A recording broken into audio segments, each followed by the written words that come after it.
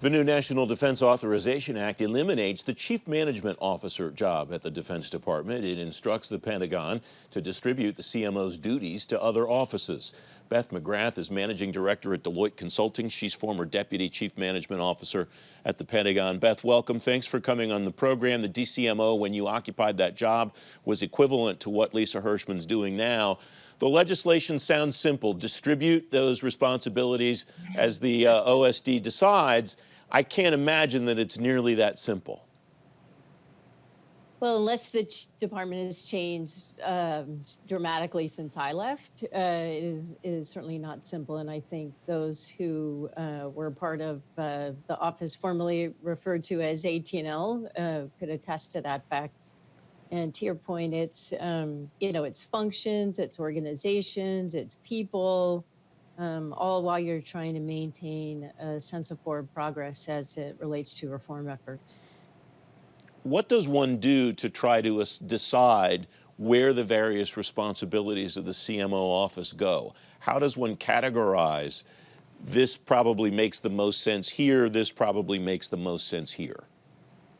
Well, I think the first thing you need to do is understand and have alignment on what your objectives are for the overall reform efforts. When the CMO was established in the 2008 NDAA, it was about efficiency and effectiveness, in particular for the business of defense.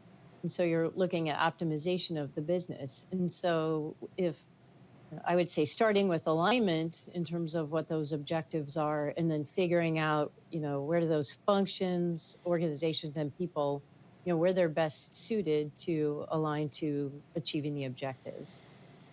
I don't propose to have any idea what Secretary nominee Austin or Secretary nominee Hicks might want to do with this number 3 job at the Pentagon. But let's say they were to decide they like that construct and they want to distribute those responsibilities to one office and establish it within the Is that something that's possible? Or is that something that makes sense? Or is that something that just potentially subjects them to examination from the people who wanted to disestablish this office in the first place?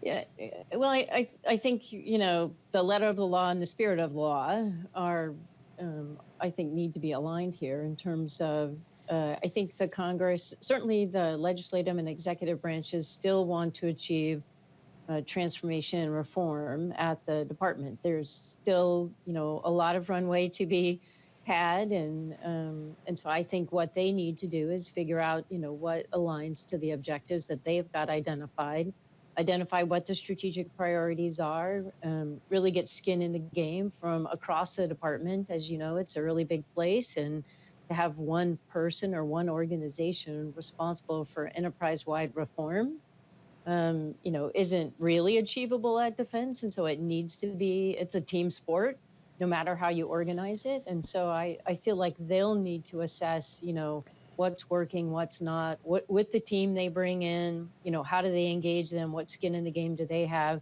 and then how do they get more people involved on a more regular basis.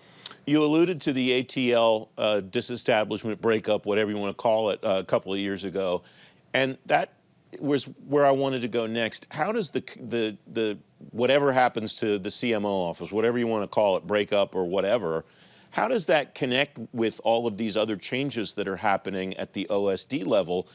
And have we reached a point where there are so many things going on that it's hard to understand where the dust has settled and what really works and what's not working?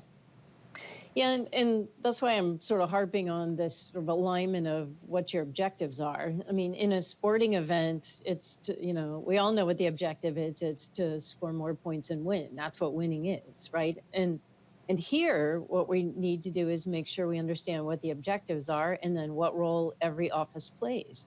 I mean, honestly, if it's cost cutting, then, and everybody agrees to that, then figuring out what everybody's role is, then, you execute along those lines. But it's, increase effectiveness, then there are other measures that need to be in place, and really figuring out, again, what each office role is in executing I do think, irrespective of the, how they decide to organize, it has to be a team sport, and it has to have leadership engagement. It has to be a stated objective of the department, else it won't happen. I mean, as you know, a transformation or reform of any organization is all about culture, and so it starts at the top, and it needs to permeate throughout the leadership of the department. We just have a couple of minutes left, but it strikes me you've gotten at really what the heart of the issue is here, and that is determining the objective. And I did go back and look at what the original intent of the DCMO CMO office was, Beth, and it's different than what the members who were in favor of disestablishing it this year, it's different than why they said they thought this office wasn't effective. That strikes me as the major problem that nobody in DOD can solve. That's a Congress issue, isn't it?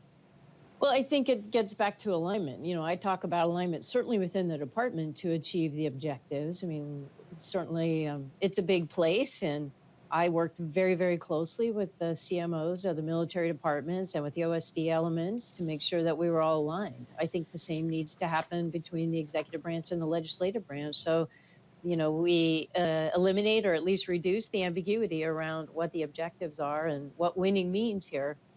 So that everybody can, I'll say measure the same things. Beth McGrath, thanks very much. Thank you.